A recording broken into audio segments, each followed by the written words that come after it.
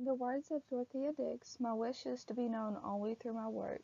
And this is the picture of the quote that I found that she said.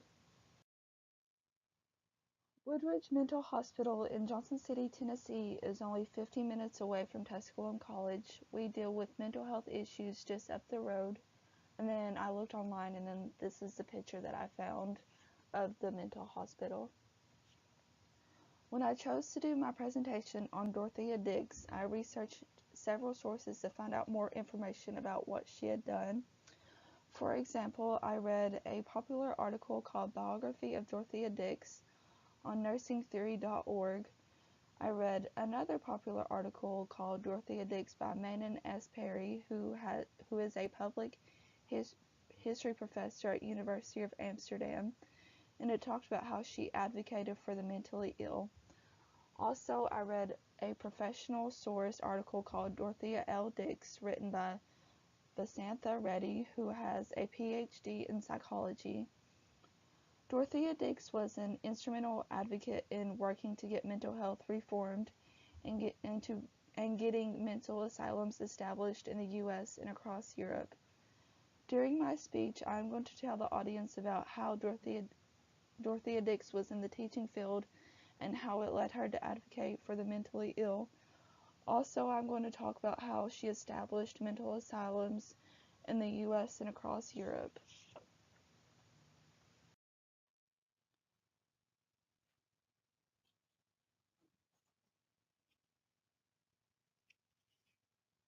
Dorothea Dix was a teacher that wanted to help teach young girls. She taught school for many years to help educate young girls until her health began to go bad. In March 1841, she visited the Cambridge House of Corrections to teach a class for women inmates.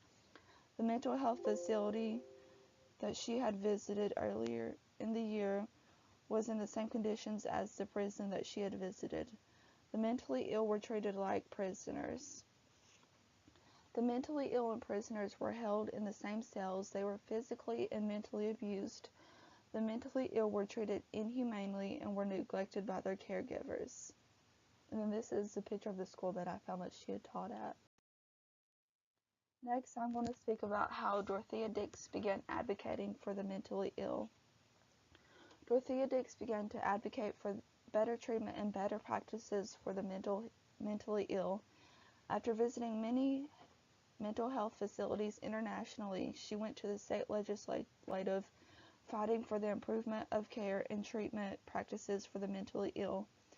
In 1843, she went to the Massachusetts legislature and the U.S. Congress to ask for some reforms to end inhumane conditions and the treatment of the mentally ill. She believed that the mentally ill should be treated with three core values: modesty, chastity, and delicacy.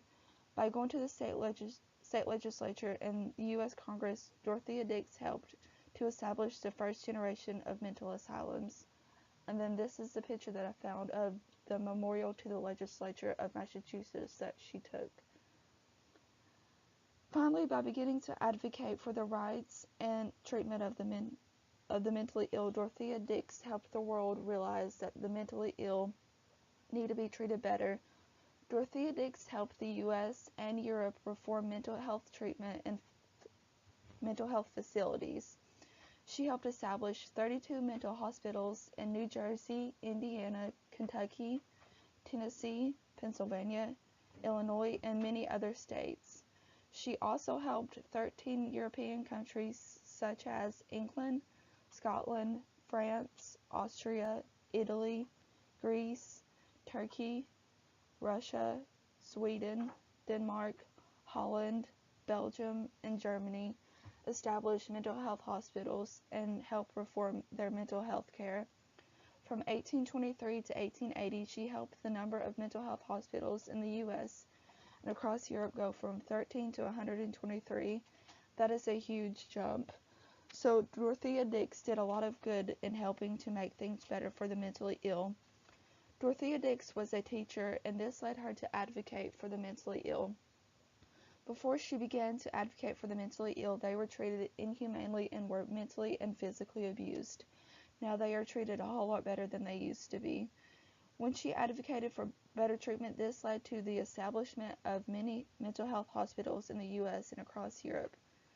Dorothea Dix was a dedicated advocate that worked for many years to establish mental asylums and to better the treatment of the mentally ill in the U.S. and across Europe.